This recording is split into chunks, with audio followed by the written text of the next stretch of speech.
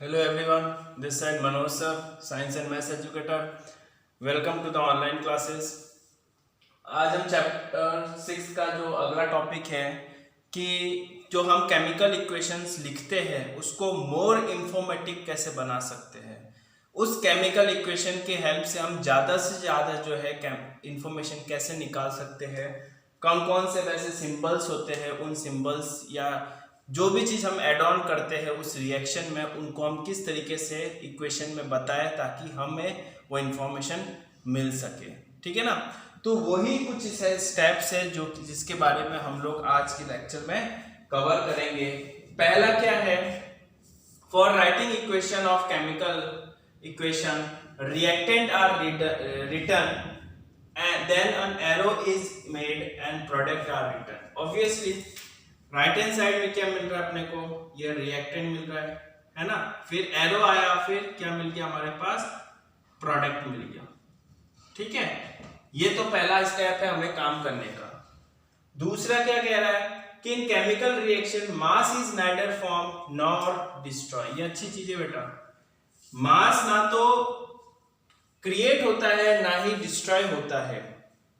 कि मैंने 2 लीटर दूध लिया तो मुझे दही 5 लीटर मिल गया, ऐसे पॉसिबल नहीं है। मास ना तो क्रिएट होता है ना ही फॉर्म होता है, बट नंबर ऑफ एटम्स दोनों साइड में, रिएक्टेंट और प्रोडक्ट में नंबर ऑफ एटम्स क्या होने चाहिए, सेम होने चाहिए, जिसको हम बोलते हैं बैलेंसिंग इक्वेशन। इक्वेशन को बैलेंस करना।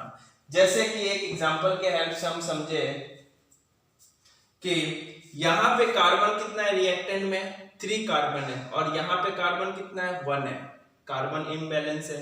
तो मैं क्या करूंगा, यहाँ पे 3 से मल्टीप्लाई। अब देखो जब भी बैलेंसिंग करते हैं ना तो हमेशा जो नंबर से मल्टीप्लाई करते हैं वो आगे करते हैं, नीचे वाले नंबर पे बेस में हम लोग कभी भी नहीं करते। तो यहाँ पे कार्बन कितने हो गए, 3 है, यहाँ पे भी 3 है, कार्बन का काम खत्म। अब मेरे को देखो यहाँ पे ऑक्सीजन कितना हुआ, 3 2 जा 6, और यहाँ पे ऑक्सीजन कितना है, कितना ऑक्सीजन है, यहाँ पे 2 है। यहाँ पे ऑक्सीजन कितना है, 3 2 जा 6, और यहाँ पे +1 7, +1 कितना हो गया, 7 हो गया। चलो यहाँ पे छोड़ो। उसके बाद यहाँ पे देखो हाइड्रोजन कितना है, यहाँ पे 8 है, और यहाँ पे हाइड्रोजन कितना है, 1 है। तो मेरे को यहाँ पे 8 करने के लिए क्या करना पड़ेगा, 4 से मल्टीप्लाई कर दूं हाइड्रोजन। जब मैंने 4 से मल्टीप्लाई किया तो 4 2 जा 8 हाइड्रोजन, हाइड्रोजन क्या हुआ, बराबर हो गया। मगर ऑक्सीजन कितना हो गया, 4 2 जा सॉरी ऑक्सीजन कितना हो गया, 3 2 जा 6 +4 कितना ऑक्सीजन हो गए, 10 ऑक्सीजन हो गए। कितना ऑक्सीजन हो गए, 10 हो गए। कैसे, 3 2 जा 6 और 4 और 0, 4 × O 4, तो 6 + 4 कितने हो गए, ऑक्सीजन हमारे 10 हो गए। अब ऑक्सीजन 10 करने के लिए मुझे क्या करना पड़ेगा, रिएक्टेंट के फॉर्म में 2 ही ऑक्सीजन है, 5 से मल्टीप्लाई कर दो, तो 5 2 जा 10 ऑक्सीजन, और यहाँ पे ऑक्सीजन कितना है, 6 और 4 10 ऑक्सीजन हो गया। कार्बन कितना है, 3, कार्बन कितना है हमारे पास, यहाँ पे 3, यहाँ पे भी कार्बन 3 है। चलो हाइड्रोजन कितना है अपने पास, 8, यहाँ पे कितना है, 4 2 जा 8। पूरी तरीके से हमारा क्या हो गया, बैलेंस्ड हो गया, है ना। तो नंबर ऑफ एटम्स जो है दोनों साइड में सेम होना चाहिए। मास जो है कभी भी फॉर्म नहीं होती है, ना ही डिस्ट्रॉय होती है। ठीक है ना। ऐसा नहीं है कि आधा लीटर दूध लिया तो 2 लीटर हमारे पास दही मिल गया, या 2 लीटर दही लिया तो आधा लीटर ही दूध, तो दही से दूध तो हो नहीं सकता ऑब्वियसली, है ना। तो कुछ इस तरीके से हमारा दूसरा फॉर्म है। तीसरा क्या है, the physical state of reactant and product can be represented by using the symbol.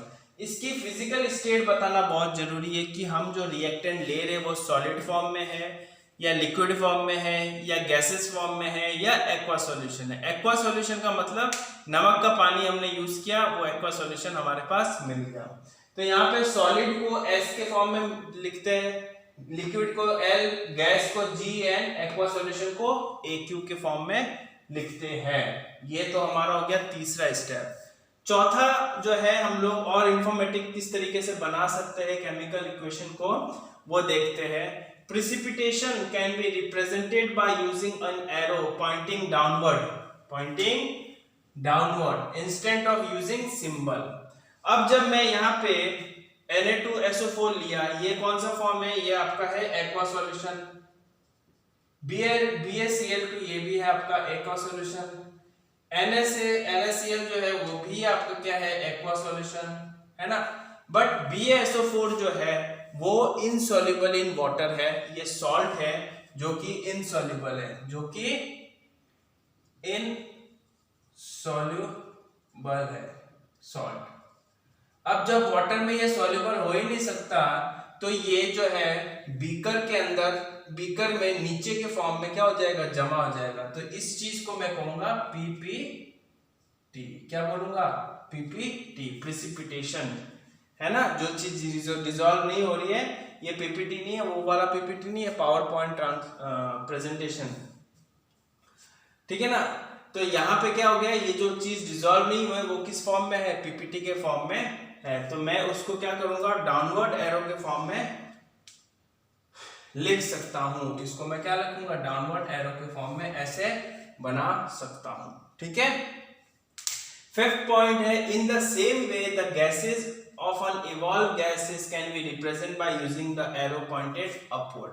अब जब दो रिएक्शन हो रहे हैं, दो रिएक्शन होने के बाद में जो प्रोडक्ट मुझे मिला है और साथ में कोई गैस जो है इवॉल्व हो रही है, मतलब वो प्रोडक्ट बनने के बाद में गैस निकल रही है, तो उसको मैं इस एरो के फॉर्म में रिप्रेजेंट करूंगा। किस फॉर्म में, इस एरो के फॉर्म में। मतलब यहाँ पे ये समझना है कि हाइड्रोजन गैस बाहर निकल रहा है, इवॉल्व हो रहा है, ठीक है ना। इस फॉर्म में अपन जो है आराम से निकल, जैसे कि ये सॉलिड फॉर्म में है, ये किसके फॉर्म में, ये आपका हो गया लिक्विड फॉर्म में, ये आपका हो गया एक्वा सॉल्यूशन, और ये हो गया आपका गैसेस फॉर्म में, ठीक है। तो इस फॉर्म में क्या होगा, हमारा गैस बाहर निकल गया। सिक्स्थ पॉइंट क्या है, the specific condition of a reaction like temperature, pressure, catalyst etcetera written above और below, written above and below the arrow. जैसे मैंने एक जिप्सम का आपको एग्जांपल दिया था, जिप्सम को 373 केल्विन में हीट करते हैं तो POP मिलता है, प्लास्टर ऑफ पेरिस, ठीक है ना। तो वो एक पर्टिकुलर एक स्पेसिफिक टेम्परेचर है, उस टेम्परेचर पे ही हीट करने पे हमें वो प्रोडक्ट मिलेगा।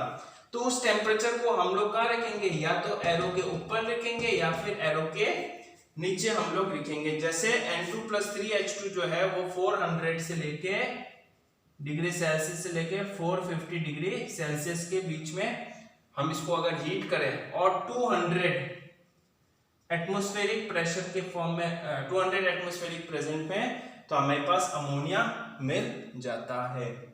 तो कुछ इस तरीके से 6 पॉइंट थे जो कि हम रिएक्शन को और इंफॉर्मेटिक्स बना सकते हैं। हम उस रिएक्शन को देख के और इंफॉर्मेशन ले सकते हैं कि हाँ ऐसा कुछ रिएक्ट हुआ है, तो हमें जो है प्रोडक्ट में ये मिला है और ये इवॉल्व हुआ है, ये आपका PPT प्रिसिपिएट बना है, इतने टेम्परेचर में हुआ है। ये सब चीजें हम इंफॉर्मेशन निकाल सकते हैं पर्टिकुलर इक्वेशन को देख के, ठीक है। दो और टॉप पॉइंट है इसके। इवोल्यूशन ऑफ हीट और absorption of heat can be indicated by writing plus heat on the right hand side और लेफ्ट हैंड साइड। जैसे कि कार्बन को अगर मैंने जलाया तो मुझे कार्बन डाइऑक्साइड मिला, और जब कार्बन डाइऑक्साइड जब मिला तो लार्ज अमाउंट ऑफ हीट क्या हो रहा है, बाहर निकल रहा है ना। तो जब लार्ज अमाउंट ऑफ हीट बाहर निकल रहा है तो मैं प्लस हीट के फॉर्म, अगर प्लस हीट लिख दिया, इट मींस क्या हुआ कि इस प्रोडक्ट बनने के बाद में लार्ज अमाउंट ऑफ हीट क्या हो रहा है, बाहर निकल रहा है। एंडोथर्मिक या फिर एक्सोथर्मिक। एंडो का मतलब हीट एब्जॉर्ब होना, एक्सो का मतलब हीट बाहर निकलना। और अगर हीट एब्जॉर्ब हो रहा है तो रिएक्टेंट में मैं क्या लिखूंगा, प्लस का हीट लिखूंगा। तो वो इस केस में मैंने देख लिया कि प्लस हीट का क्या काम आएगा। आठवां एंड लास्ट पॉइंट है, मोर इंफॉर्मेटिव कैसे हमें मिल सके। If the reaction is taking place in the presence of catalyst, क्या presence of catalyst, catalyst क्या होता है, मैंने इंट्रोडक्शन पार्ट में बताया था, it is a type of substance which is used to fast और slow the reaction, particular reaction को fast करने में या फिर slow करने के लिए वो काम आता है, ठीक है ना। तो catalyst, then chemical formula of catalyst is indicated above and below. जैसे एग्जांपल में के फॉर्म में मैंने लिखा है N2+3H2। इसको और फास्ट अमोनिया लाने के लिए मैंने यहाँ पे क्या यूज किया, Fe, जो कि है आपका कैटेलिस्ट। ठीक है, तो ये कैटलिस्ट को एरो के ऊपर में बता सकता हूं, नीचे भी बता सकता हूं, कोई फर्क नहीं पड़ेगा। तो कुछ इस तरीके से मैं केमिकल इक्वेशन को और इंफॉर्मेटिव बता सकता हूं, और सिंबल्स, इस तरह के सिंबल हम यूज करके उसको हम क्या कर सकते हैं, लिख सकते हैं। ठीक है,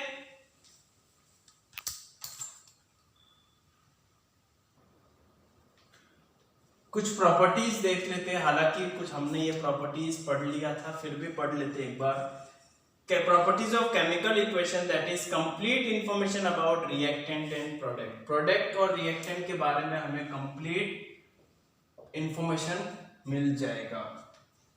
इंफॉर्मेशन कैसे है कि वो पर्टिकुलर उसके नंबर ऑफ एटम्स कितने हैं रिएक्टेंट में, प्रोडक्ट में, वो सारी चीजें हमें मिल जाएगा। Physical state are not known. Physical state हमें जरूर पता चलेगा, जैसे सॉलिड है, लिक्विड है, गैसेज है या एक्वा सॉल्यूशन, वो हमें पता चलेगा। ठीक है, रिक्वायर्ड कंडीशन फॉर रिएक्टेंट, कौन सी कंडीशन में ये जो है प्रोडक्ट बनेगा। जैसे एग्जांपल में लिख सकता हूं टेम्परेचर, प्रेशर, कौन सा कैटलिस्ट यूज किया, ये सारी चीजों का हमें पता चल सकता है। It is clear whether reaction is exothermic और एंडोथर्मिक, ये हमें पता चल सकता है कि जो रिएक्शन है वो एक्सोथर्मिक है या फिर एंडोथर्मिक है। ये कुछ प्रॉपर्टीज है आपके केमिकल इक्वेशंस की। कुछ लिमिटेशंस भी है जो कि हम लोग देख लेते हैं। It does not give the information regarding the completeness of reaction. Reaction हो तो रहा है मगर उसमें टाइम कितना लगेगा, इसका इंफॉर्मेशन हमें जो है रिएक्शन केमिकल इक्वेशन में नहीं पता चलेगा, है ना। केमिकल इक्वेशन में ये थोड़ी ना कि C+O2 गिव अस CO2 इन 6 आवर्स, ऐसे थोड़ी ना पता है ना। तो टाइम का हमें नहीं पता है कि कंप्लीटनेस कंप्लीट कितने देर में होगा, ये हमें नहीं पता है। दूसरा, the concentration of reactant and product is not clear through out. Concentration dilute product और रिएक्टेंट का हमें पूरे रिएक्शन में क्या होगा, क्लियर नहीं होता है। तो ये कुछ लिमिटेशंस है, प्रॉपर्टीज है, और step two write chemical equation बोले तो इंफॉर्मेटिक इंफॉर्मेशन हमें देना। तो इस तरीके से हमने केमिकल इक्वेशन का टॉपिक कवर अप कर लिया है। Thank you.